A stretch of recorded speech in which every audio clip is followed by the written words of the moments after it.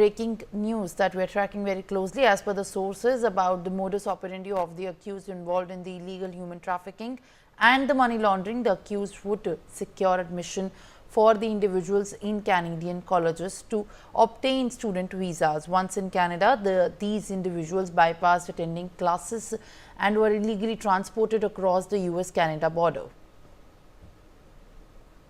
All right, this is a source-based, in fact, information that we are learning at this point of time. My colleague Aditya joins me for more. Aditya, now what we are learning is that the colleges where, in fact, this is being looked at, being used as the big hub for bypassing the students illegally into the United States are also going to be probed.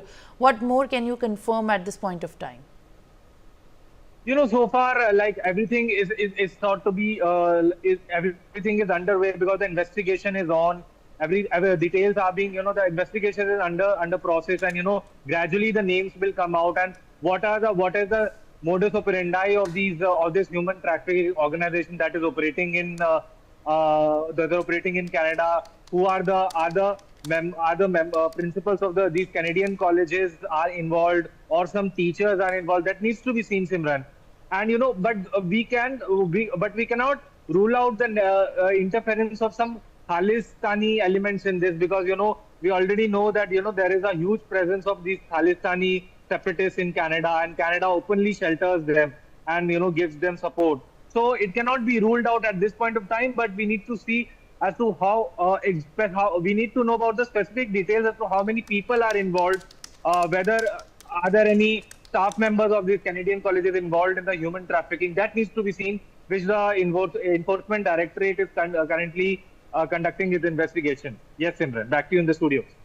All right, my colleague, in fact, Aditya Vadavan shared more on this. Now joining me live on the broadcast is Gautam Mukherjee, senior journalist. Appreciate you joining me this morning, and thank you for speaking to us. Given, in fact, the circumstances brewing at this point of time in the view of the investigation by the Enforcement Directorate, what we're learning so far is that there are nearly 300 colleges that are on the scanner in the Canadian state, and in fact there are 112 partnered with the ED to expose this, in fact, breakthrough that has revealed with Indian identity students are being bypassed into the United States. How do you view this, in fact, complete nexus brewing in collusion with a lot of authorities working illegally? Well, one thought that comes to mind is that the authorities are actually colluding with this. We are conducting an Indian investigation, and in that we are throwing up these kind of disturbing facts.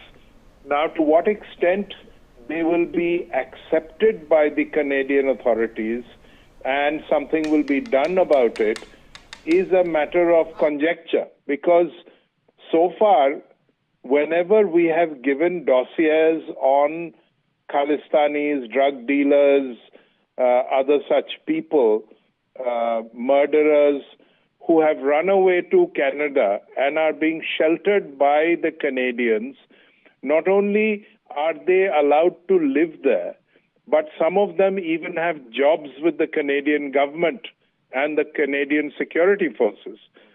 So it is anybody's guess whether the Canadians are going to accept what we turn up by our investigations.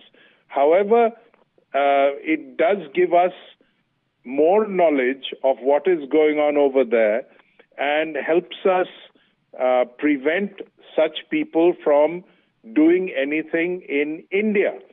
So to that extent, it is a worthwhile exercise.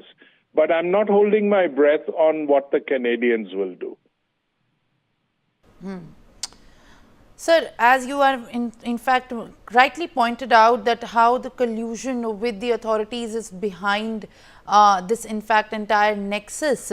3 years ago on in fact January 19, 2022, the Gujarati family froze to death on the US-Canada border, and at this point of time this is what's coming right now to, in fact, our attention is also putting highlight on the same issues. I'll request you to kindly stay on with us while we also get more breaking updates as sources